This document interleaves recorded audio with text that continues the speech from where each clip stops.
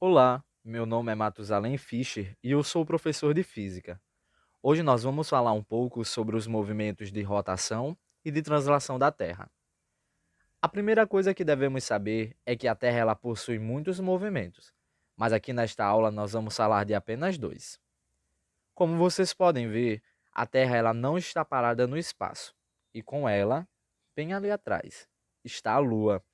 Esses dois astros eles sempre estão conectados e estão em constante movimento em seus próprios eixos e ao redor do Sol. A nossa aula é exatamente para diferenciar esses movimentos.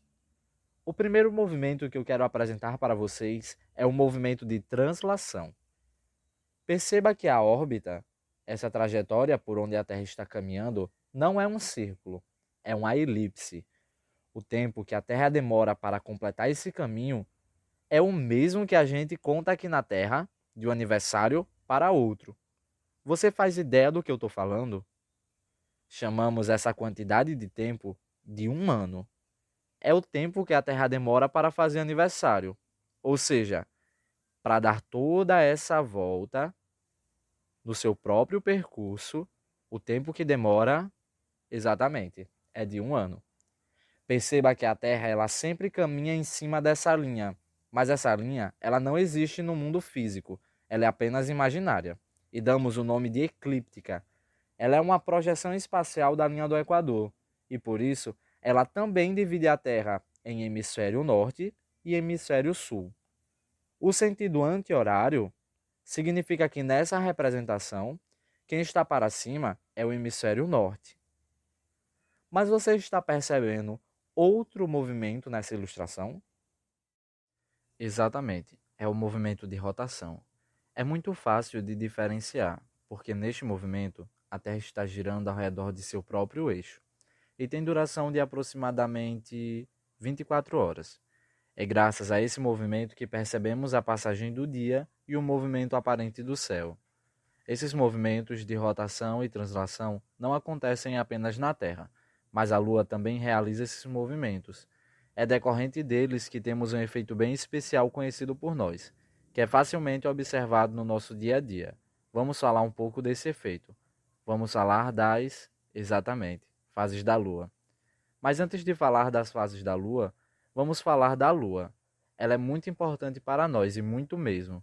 Sem ela, muito provavelmente não teríamos evoluído como evoluímos até aqui, e talvez nem tivéssemos vidas em nosso planeta, vida humana. A Lua, ela é o nosso único satélite natural. Ela é rochosa e está a mais de 300 mil quilômetros de distância de nós. Você com certeza já ouviu que sempre olhamos para a mesma face da Lua. Isso é verdade.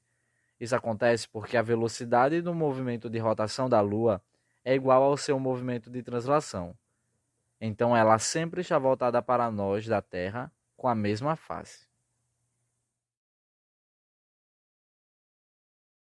E com o passar do tempo, o movimento de translação, que é o que mais nos interessa aqui, mostra algo bem interessante quanto à configuração desses corpos no espaço. Vemos aqui que qualquer observador que seja possível visualizar a Lua, note, por exemplo, que uma pessoa aqui, nesse horário, ela não consegue visualizar a Lua. Então vamos pegar esse observador como exemplo. Note que é interessante ajustá-lo de uma forma que seja mais conveniente à visualização do nascer da Lua. Esse ajuste implica no horário que a Lua está nascendo. Percebe que nessa configuração o Sol está se pondo e a Lua nascendo?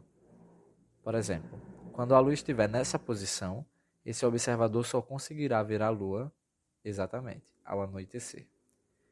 Lembrando que deixamos esse movimento no sentido horário porque estamos pegando como referencial o hemisfério sul. Temos vários estágios da iluminação da Lua. Vamos destacar quatro. A Lua nova, que é quando a face da Terra voltada para nós não é visível, pois não está sendo iluminada pelo Sol. Então, para observadores da Terra alinhados, nessa fase, a Lua está no céu durante o dia, nascendo e se pondo aproximadamente no mesmo horário do Sol. E o motivo de não a enxergarmos é exatamente por isso. A Lua de quarto crescente. Seguindo a mesma lógica da fase anterior, essa fase é quando metade da face voltada para a Terra está iluminada, fazendo um ângulo de aproximadamente 90 graus entre si e o Sol, tendo nascido ao meio-dia e se pondo exatamente à meia-noite. Lua cheia é quando a face voltada para a Terra está 100% iluminada pelo Sol, fazendo um ângulo de 180 graus entre si e o Sol, ou de meio-dia, ou seja, quando o Sol está se pondo, a Lua está nascendo, aproximadamente às 18 horas. Lua de quarto minguante.